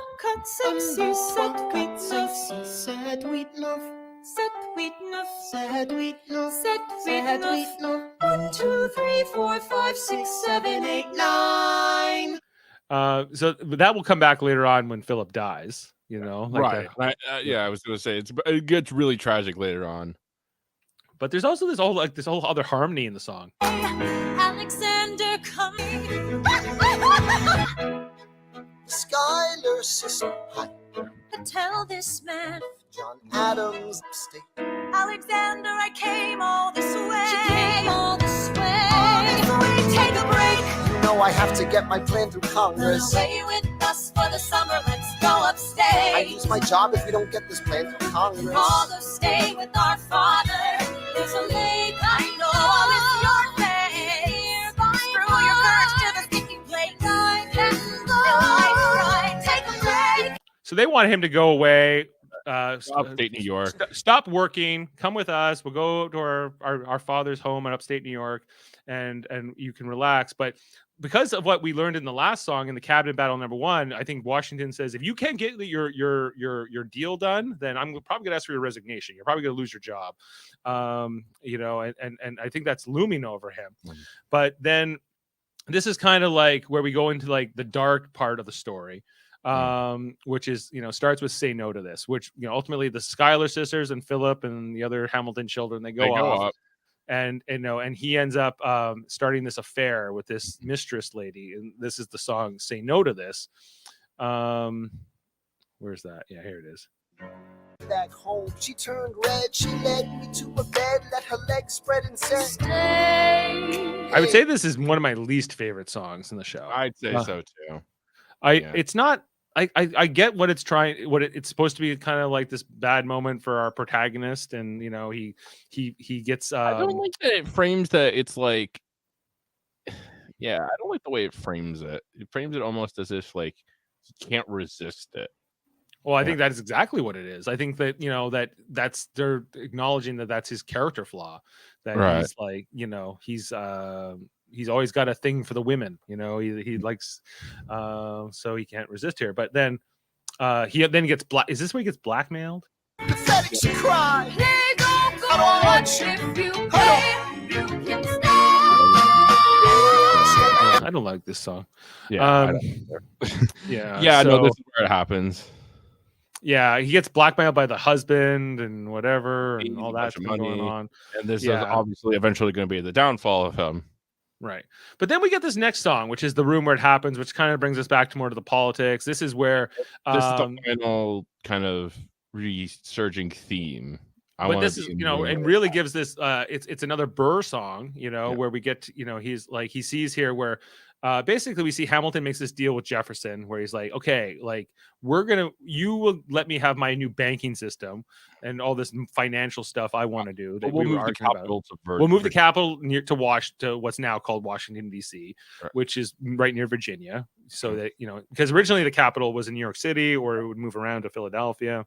But it wasn't, basically, they come to this situation where they got something nice, but he got what he wanted. He got what was important. Right. And this is, but this is what Burr goes crazy about. He's like, well, they made this impossible deal, and it was just the three of them in the room having dinner. How is that democracy? How is that for the people? Is kind of what Burr is also, but he's also just kind of jealous. He wants to be in the action. He wants to be part of history. The venue, the seating, sacrificed in every game of chess. We just assume that it happens, but no one else is in the room where it happens. Meanwhile, Madison is grappling with the fact that not every issue can be settled by committee. It's a great song. It's definitely feels like you feel the plotting coming from Burr, but it's on its own. The song stands like The Room Where It Happens. It's a catchy riff. It's good. Mm-hmm. I enjoy it. What do you think? I really like this. Again, this brings our final recurring theme. I want to be in the room where it happens, which eventually becomes no one was in the room where it happened. Right. I do really like this song. I really like Burr's perspective, and I just think it's really catchy. You kind of get it.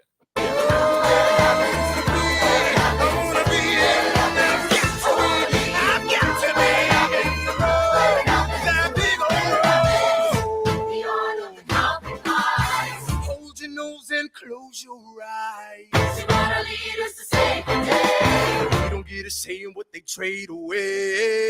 We dream of a brand new start, but we dream in the dark for the most part. Dark as a tomb where it happens. I've got to be in the room. I've got to. It's one of the longest songs in the show. It's 5 minutes and 19 seconds. Only Satisfied's a little longer. Right. And My Shot is obviously, yeah. But this is a big number in the show, a real turning point. Yeah, again, like you said, this is really where things start to turn for Burr. This is where Burr, and this is like this. We go immediately to Schuyler Defeated, which is where Burr runs against Philip Schuyler, the father-in-law of Alexander Hamilton. And this is really where their friendship breaks. Their friendship breaks, yes, and this is true. This all happened, right? Where he's like coming. Look, Grandpa's in the paper. War hero Philip Schuyler loses Senate seat to young upstart Aaron Burr. And he's like, well, what? And Burr, he's like, Hamilton's like, our friendship's over. And he's like, well, I don't see why we shouldn't be friends anymore. And he's like, well, you took my father-in-law's seat, and it was also because. He says to Burr, like, when did you become a Democratic Republican? He's like, yesterday. They don't like you, and I'm going to run against you. Create but upstate. People think you're crooked. The scholar seat was up for grabs, so I took it. I've always considered you a friend. I don't see why that has to end. You changed parties to run against my father-in-law. I changed parties to seize the opportunity I saw. I swear your pride will be the death of us all. Beware, it goeth before the fall. So yeah, like he's like, I'm finally taking your advice. Like they kind of say, like, I'm trying to smile more and talk less, smile more, and but they're kind of crossing over in some ways, a little bit, and they're coming apart. The next one is the second cabinet battle. Yep, cabinet battle. This is more about how. They not supporting France, and the fact that Hamilton doesn't want to go and help Lafayette, and Jefferson considers this very dishonorable because of whatever. But ultimately, at the end of this, Washington will side with Hamilton. The issue on the table: France is on the verge of war with England. Now, do we provide aid and troops to our French allies, or do we stay out of it? Remember, my decision on this matter is not subject to congressional approval. The only person you have to convince is me. Yeah, which goes on. Always had, do whatever you want. I'm super dead. Enough. Hamilton is right. Mr. We're too President. fragile to start another fight. But, sir, do we not fight for freedom? Sure, when the French figure out who's gonna lead them. The people are leading. The people are rioting. There's a difference. Frankly, it's a little disquieting. You would let your ideals blind you to reality. Hamilton, sir, draft a statement of neutrality. Did you forget Lafayette? What? Have you an ounce of regret? You know, I would say that like I like this one a lot less than the first rap battle. It's more Yeah, I agree with that. it's more dialogue. It doesn't hold up as well as just a song. Mhm. It's something you can just throw on. It's more story and it's more like them talking to each other. And I don't like. It's almost like it doesn't even necessarily belong on the album. I get Yeah, sometimes, almost. you know. The next one is Washington on Your Side, you know. This is and the real kind of envy song, you know? this is the one, well, like where they're like, well, wouldn't it be nice to have Washington on your side? You know, where they were kind of making fun of him that Every action has an equal opposite reaction. Thanks to Hamilton, our cabinet's fractured into factions. Try not to crack under the stress, we're breaking down like fractions. We smack each other in the press and we don't print retractions. Douse, you can't put it out from inside the house. I'm in the cabinet, I am complicit in watching him grabbing at power and kissing it. Washington isn't gonna listen to discipline dissidents. This is the difference, this kid is out. Oh, this immigrant isn't somebody we chose. Oh, this immigrant's keeping us all on our toes. Oh, and show these federalists what they're up against. Oh, Southern motherfucking Democratic Republicans. Oh, now follow the money and see where it goes. Oh, because every second the treasury grows. Oh, if we follow the money and see where it leads, get in the weeds, look for the seeds of Hamilton's misdeeds. so they decide that they're going to try to dig up dirt on Hamilton, whatever it is. The fact that he's becoming more powerful with the treasury, that he's got more influence than Jefferson does. And they're like, and they're going to be messing. And they also don't like that he's a Federalist, which is this other party at the time that doesn't exist anymore. Right. We're the motherfucking Democratic Republicans. We're going to take you out here, you know, like, Right. And this immigrant isn't somebody we chose. They also resent that he's an immigrant. That, you know, Right, even though obviously now they're all immigrants, like, but they're maybe less recently, I suppose. Now, right? Like an immigrant can't be president, and maybe that's where that comes. Not if you're foreign born, Yeah. but if you're like, if you're born outside the United States, but if you're born as an American, you can. It's kind of weird. It's weird. But anyway, so you know, I like it musically, like the Washington on Your Side. You know, it's not bad. Then we come to One Last Time, which is the song between Washington and Hamilton. So when Obama retired as president, like when his second term ended, Lin-Manuel Miranda and Christopher Jackson actually went to the White House and performed this song.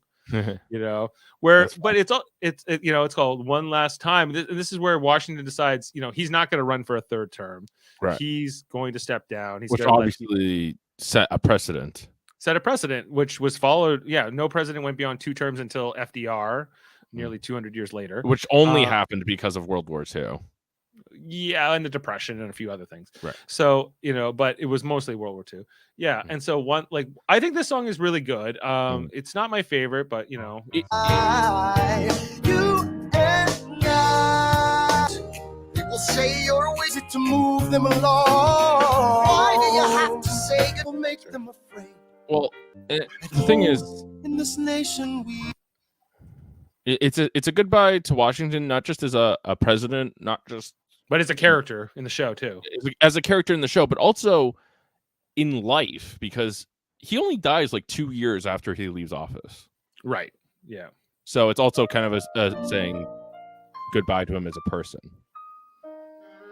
though in review I shall also carry with me to the dimensions of rest. One last time, the people will hear from me one last time. And if we get this right, we're gonna teach them how to say goodbye. You and I. So yeah, and then they by the end of the song they're like writing the final speech, which Hamilton helps him write. So After 45 years of my life dedicated to its service with an upright zeal, the faults of incompetent abilities will be consigned to oblivion, as I myself will soon be to the mansions of rest. I don't real like this is where the song kind of loses me a little bit, because I'm hearing this speech like from the real George Washington, Right. from like 17 whatever, or I guess 1798 or whatever it was. Yeah. And so it's I think that the song is really good, the story is good, but then it gets into more of like this historical stuff, which Yeah. I find less engaging. Yeah, I have to agree. Because I don't think, but it's also because I think it's good in the show, but in an album, not really. Yeah, I don't think it works as well on the album. I agree with you there. But the song's not all bad either. Jane, Cheap and I. Oh, yes, Jane. Okay, and then number 10, I Know Him, which is I think the last song we get here from King George. Where he goes, I just heard George Washington stepping down. Yeah. I didn't know that was something you could do. But then he finds out, like, who did you pick? John Adams. John, right? Yeah. Which is what is it here? The I Know Him. If so, who's next? There's nobody else in their country who looms quite as large. John Adams? I know him. That can't be. That's that little guy who spoke to me all those years ago. What was it? 85. That poor man, they're going to eat him alive. Which is actually kind of true. So John Adams, who's one of the other founding fathers, the first vice president, and was the second president, and the father of a future president, John Quincy Adams, was a Federalist, but like Hamilton, but he was not popular as a president. He had a lot of issues, and he was a man of smaller stature, as well. But was a very influential person in his own right. So I don't know, like it's an interesting thing. Then we get this, like the next song is called The Adams Administration, which is like Burr kind of is setting up here that this is a period under John Adams that's do we even kind of see Adams in this movie? Huh? Do we even see him in this movie? No, we never get John Adams like as a character. Like he's just talked about. All right. He was played by who played him? What's that guy's name? Jesus. Sorry, I can't remember now. There was like a whole mini series. Man, it's killing me. But who played John Adams? But yeah. Okay. Anyway, but you should check that one out. Right. The Adams Administration. Welcome, folks, to the Adams Administration. Jefferson's the runner-up, which makes him the vice president. Washington can't help you now, no more Mr. Nice President. Adams fires Hamilton, privately calls him Creole bastard in his taunts. Say what? Hamilton publishes his response. Sit down, John, you fat mother. So but they're like, look at this Hamilton guy, like he's just like because Adams was the only other major member of the Federalist Party who had any like significant influence. It's kind of like he kind of destroyed the entire party in that move, in the movement of it at least. And so this is a tough time. We go to We Know, which is when like it's like Madison and Jefferson, they confront Hamilton, that, hey, we know about you've been paying off this man or whatever. We think you're embezzling. We think you're embezzling from the treasury, we know. I hope you save some money for your daughter and son. You best go and run back where you come from. Ha! You don't even know what you're asking me to confess. You have nothing, I don't have to tell you anything at all. Unless if I can prove that I never broke the law, do you promise not to tell another soul? And this is where he reveals, I've been paying off this woman. I've been paying off her husband. This is Burr's real villain moment, right? Well, him and Jefferson and Madison, Right. And I think in real life it was like another future president was involved too. Someone who came after Madison. Yeah. Like it's just like where they're using this dirt. He's like, well, if I can prove to you that I'm not actually committing any crimes, will you back down? They're like, oh yeah, sure, we'll never tell anybody, but they totally do, and they totally use this against him. And it It's also kind of Hamilton's mistake because he doesn't take the leather back. Right. He really plays this poorly in terms of any kind of politics of it. But we know about your dirty secret. We get the next song is Hurricane, which I really love. This is where he's kind of talking about the metaphor of a hurricane from his native island, but also, just that the storm is coming. And in the eye of a hurricane, there's quiet for just a moment. A yellow sky. When I was 17, a hurricane destroyed my town. I didn't drown. I couldn't seem to die. I wrote my way out. Wrote everything down far as I could see. Into existence, and when my prayers to God were met with indifference, I picked up a pen, I wrote my own deliverance. In the eye of a hurricane, there is quiet for just a moment. A yellow sky. Really good melody. I really enjoyed the song. And it kind of I really do like this album. This song. I like how it kind of, he knows what's coming. He knows that there's a storm coming. He knows that it's shit's about, but he's like, this is the quiet right before the storm. Just like a real hurricane. What be my favorite song? The Reynolds pamphlet? No, sorry. It's actually the song after this one. Okay. Reynolds pamphlet. The Reynolds pamphlet. Not much of a song. Not really a song. Alexander Hamilton had a torrid affair, and he wrote it down right there. So this is all about them, like the public learning about the scandal. It's barely a song.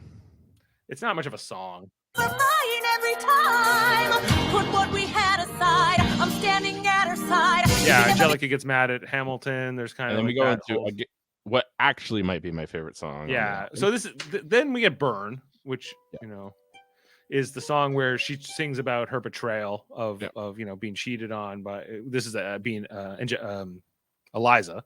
Mm-hmm.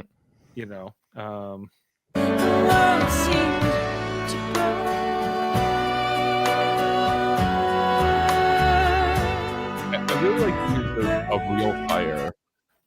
She burns all of her like letters to him, and she's like, it's also saying that like people, because I think they're saying that there isn't any kind of documentation of how she reacted to the scandal because none of it exists, and it's kind of speculation. The idea is that she burned it all. Yeah, and so this kind of what this song is. It's like Philippa Sue, who plays Eliza, does a fantastic job with this song. It's a really melancholy song. It's not a song I like come back to listen to a lot, but powerful. I really it's good. like her. Yeah, she's very good in it. It's a well-crafted song, and it's a very sad song. And it was she tried to basically burn this out of the history books in some ways. That was like the interpretation of it, by a lot of historians, and how Lin-Manuel Miranda chose to characterize it in this show. So like this whole betrayal, this and just when we think like things are getting dark, then we kind of get this uplifting song, which is Blow Us All Away, which is another favorite song of mine. I listen to this one all the time. This is about Philip. Who's his opponent here?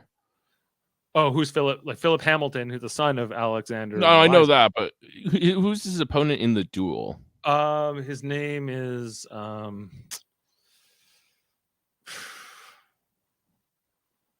he's this other lawyer. He's this other New York lawyer, and that basically we find out he insults Hamilton at some kind of speech, and at this time, like if your honor was insulted, like there was always challenged them to a duel. If your honor was disparaged, then you almost had like an obligation, an imperative to like stand up for it, whether it was for your father, your son, or whatever.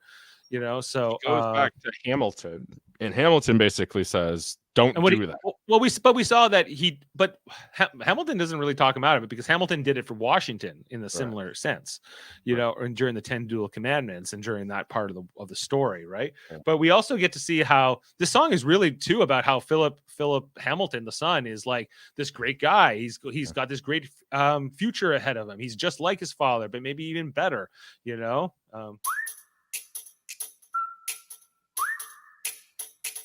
Meet the latest graduate of King's College. I probably shouldn't brag, but that guy amazing, astonished. The scholars say I got the same virtuosity. Your brains is my pops. The ladies say my brain's not where the resemblance stops. Right, you know, but he's like, I'm only 19, so he's the same age as Alexander Hamilton is at the beginning of the story. At the beginning of the story. You had only heard the shit he said about you. I doubt you would have let it slide, and I was not about to. Slow down. I came to ask you for advice. This is my very first duel. They don't exactly cover this subject in boarding school. Did your friends attempt to negotiate a peace? He refused to apologize. We had to let the peace talk cease. Where is this happening? Across the river in Jersey. Everything is legal in New Jersey. Yeah, and dueling was definitely not legal. It was not even really legal in New Jersey. But it was less, I guess, more tolerated there. Yeah. And so but like Hamilton, like as a father here, Alexander Hamilton really gives it the wrong advice. Instead of telling him not to do this duel at all, he's like, Point your gun in this guy. Yeah, well, he's not going to shoot you. You won't shoot him. You'll just shoot your guns in the air. And a lot of like duels did end like that, where it was just a matter of, did you have the guts to get up there and stand in front of another guy with a gun and hope he didn't kill you, you know, or would you be a coward and run away or whatever? So a lot of times, like, people would just go up to the duels and they would shoot up in the sky or whatever. And so that's what Alexander Hamilton's assuming is going to happen here. That's not what happens. He shoot the other lawyer. He actually plays dirty. He shoots on the 9 count. He shoots on, yes, in the show, but that's not what happened in real life. There was no cheating in the actual real duel for Philip Hamilton. He just died. All right. You know, as far as history goes, as far as we're told in history. So, but he's still dead. He still dies in this duel. And then we get Stay Alive Reprise, which is just a really good track. Yeah. Well, this is where Eliza comes in. And a half an hour ago, he lost a lot of blood on the way over. Yes, but you have to understand, the bullet entered just above his hip and lodged in his right arm. Can I see him, please? I'm doing everything. And so this is where Philip dies. You know, kind of. Ended here with like the song where he was introduced. And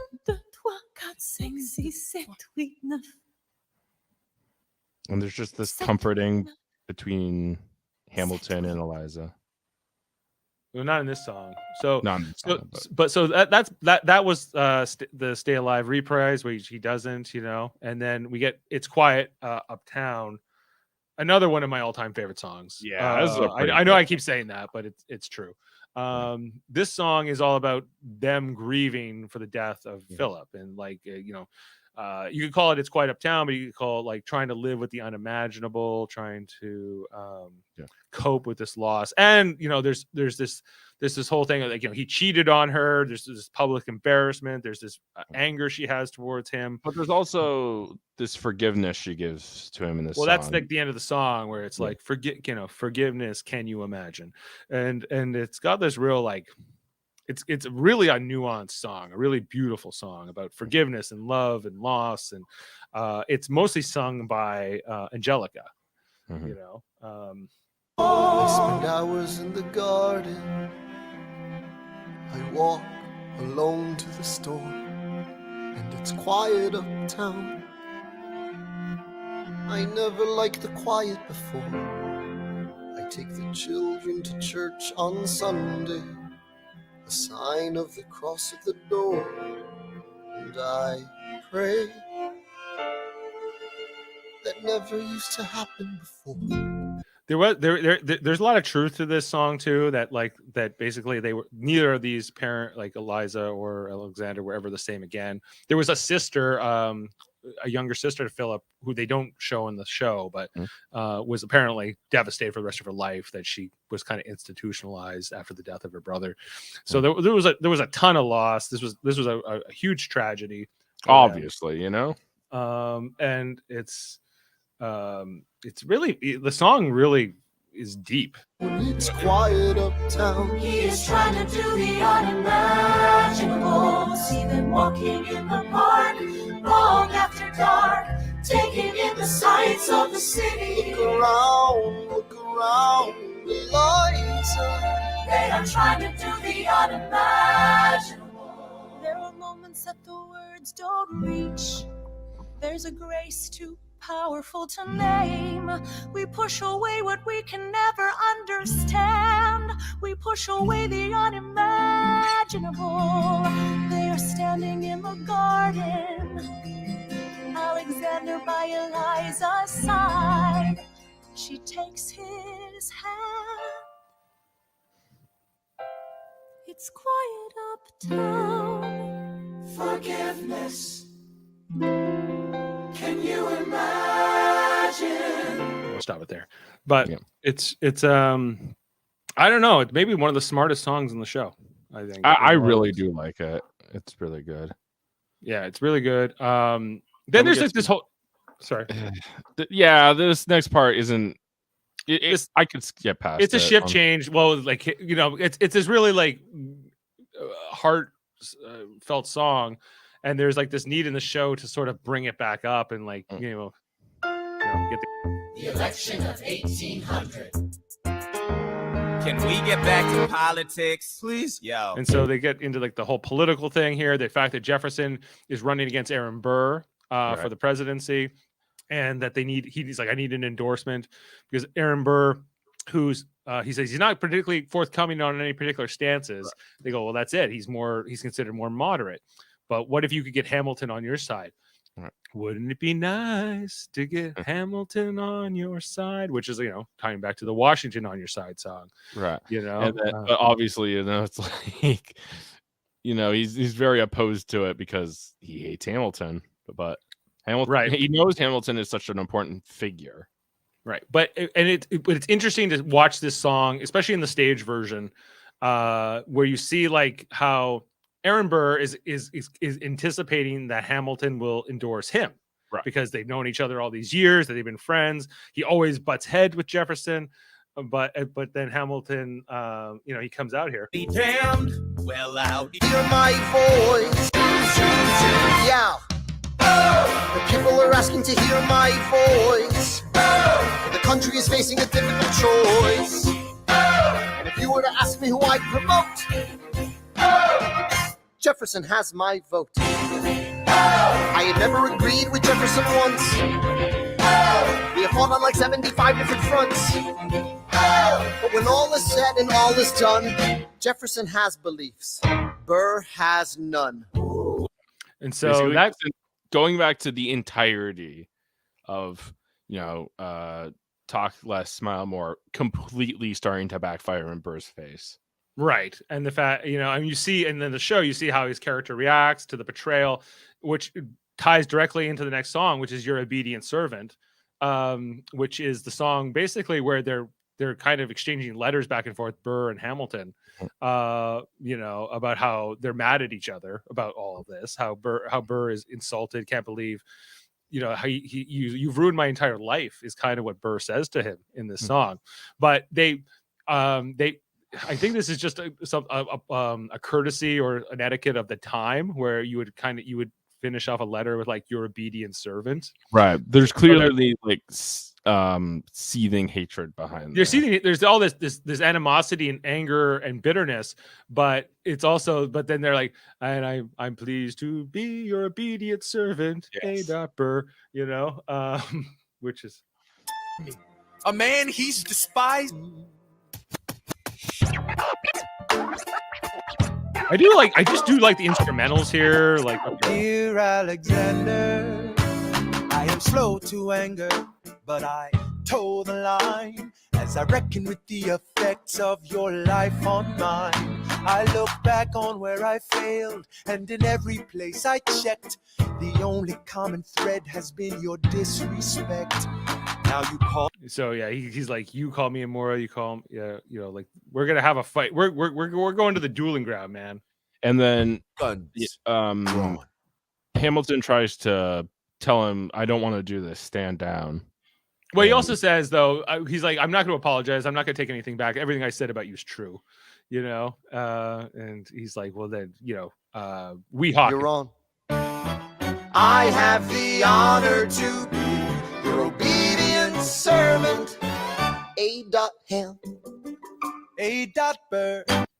It's a little catchy little song about these two guys who are getting ready to kill each other. Yeah. We get to the best of wives, the best of women. Right, it comes next, which is basically his goodbye to his wife, but she Right. doesn't know it, you know, which is kind of it's He doesn't tell her. no. Alexander, come back to sleep. I have an early meeting out of town. It's still dark outside. No. I know. I just need to write something down. Why do you write like you're running out of time? Come back to bed, that would be enough. I'll be back before you know I'm gone. Come back to sleep. This meeting's at dawn. It's a really short song, but it's only It's a 40. really good one. It's really good. You know, and he's like, you know, hey, best of wives and best of women. It's this nice little kind of final moment for them in the story, you know, and then we get the final, which is kind of like it's not the big finale, but this is kind of the end of the story, you know. The world was wide enough, which is sung by Burr. He'll say the lesson he learns here is like the world was wide enough for both Hamilton and me, but I couldn't see that. Because I love the moment with Hamilton in this song where it's just like time has paused. And where he's like, where he's, you know, is that moment there? Yeah, he's panicking basically. He's like, I still need more. I need to do. There's still more I have. Because he's kind of facing death. It's kind of seeing his life flash behind his eyes. Because it starts off much like the 10 Dual Commandments, you know. Pretty much.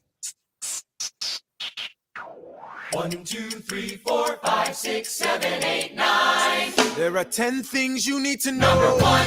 We rode across the Hudson at dawn. You know, it keeps going. For the slaughter, this man will not make an orphan of my daughter. Number 9. Look him in the eye, aim no higher. Summon all the courage you require. Then count. 1, 2, 3, 4, 5, 6, 7, 8, 9. Number 10. Paces higher.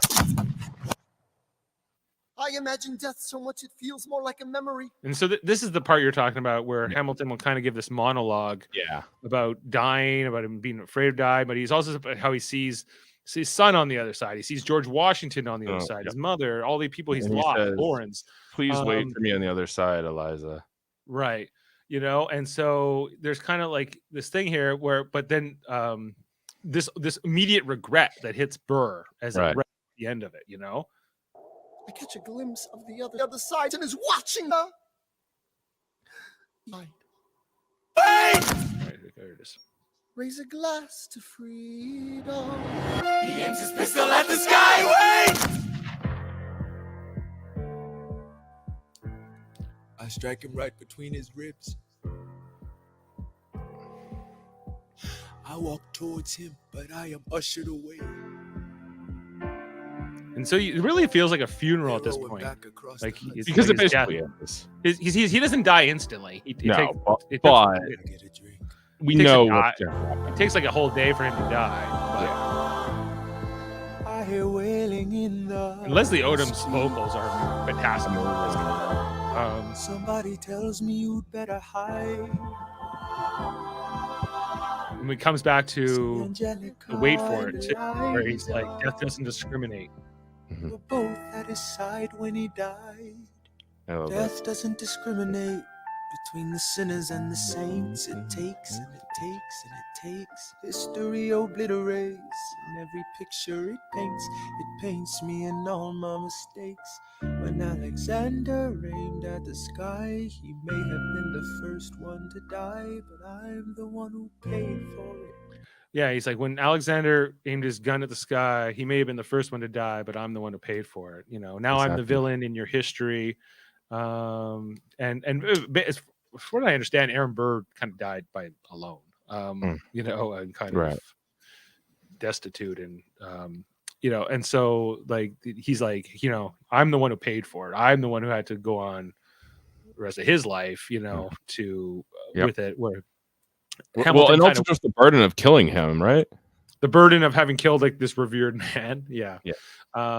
He ultimately didn't go to jail, but he was the vice president of the United States at the time too. Like it's pretty insane.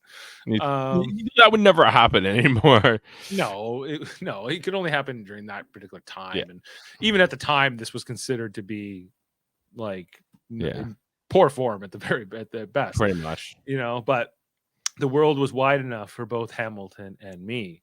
Is And kind of the end of the Burr story. And then we get the final track, which is Who Lives, It's almost Who a Dies. reprise of George Washington's song, his final song.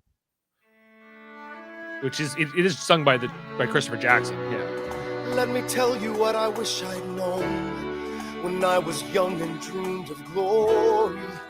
You have no control. Who lives, who dies, who tells your story? President Jefferson. So we get all like these, like, you know, Jefferson talks about, he's like, I hated his guts, but he did a lot of good things. And all these people who are, it's almost like this funeral here for the Hamilton, you know, even from his most bitter enemies, you know.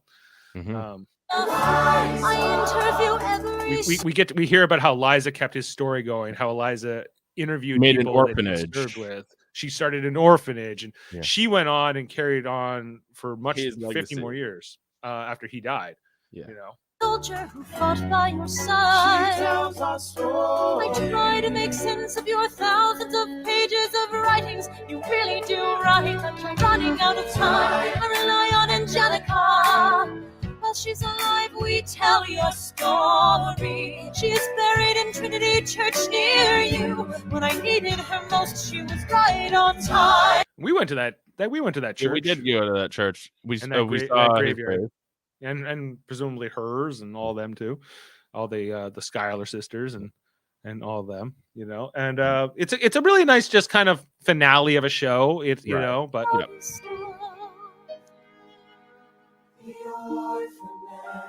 established the first private orphanage in New York City. The orphanage. I helped raise hundreds of children. I get to see them growing up. In their eyes I see you, Alexander. I see you every time. It's a good finale. It's a really good finale. Yeah. It just feels like a good sense of finality. Yeah, there's kind of like there's a cohesive story here. But on top of all that, you know, I feel like all these songs really hold up, much like the Rent songs do for me too. That like they're all part of the show, they're all part of this big story, and in this case it's kind of a history lesson. They're top tier music along with but I can listen to any one of these songs independently, not have to really think about the whole show. Yeah, exactly. Especially so I think we were saying like maybe we would just talk about what was of all the songs of you know, what was your favorite track? My favorite track, I was trying to think about this as we were going through it because it's really hard to pick. But I think maybe I would have to go with honestly, I think I would go with History Has Its Eyes on You. I just really like that song.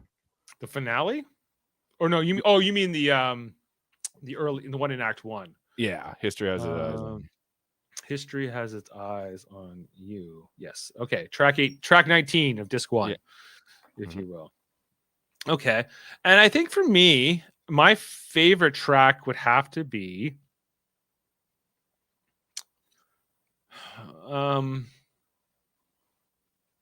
it might be like I have so many, but it might be Wait For It.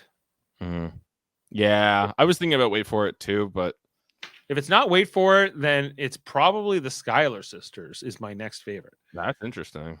And if not that one, then I would probably put It's Quiet Uptown up there as well. But in terms of like, I think the Schuyler Sisters, I think is a very underrated song because it's such an upbeat song. Like we're going, you know, work, you know, it's just got all kinds of amazing. It's a fun moments. song for sure. Yeah. Okay, so those are our favorite tracks. What's your least favorite track? I think we're actually going to probably agree on this one. We were talking about it, but it's probably going to be Say No to This.